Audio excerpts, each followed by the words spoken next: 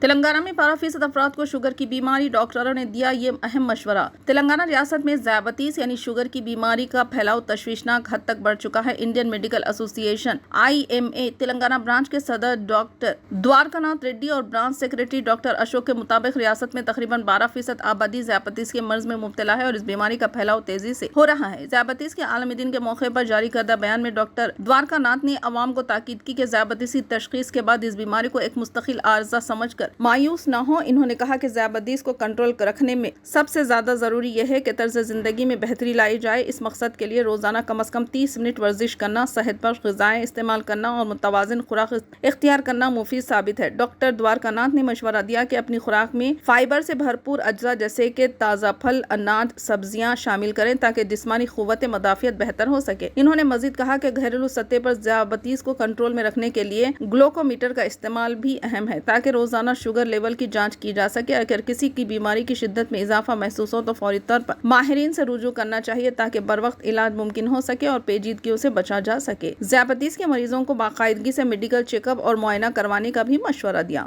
ماہرین کے مطابق ذیابیطس نہ صرف ایک بیماری ہے بلکہ طرز زندگی کو بہتر بنانے اور صحت کے معیار کو برقرار رکھنے کا پیغام بھی ہے۔ اس بیماری کے خطرات کو کم کرنے کے لیے عوام میں آگاہی اور خود اعتمادی پیدا کرنا ضروری ہے۔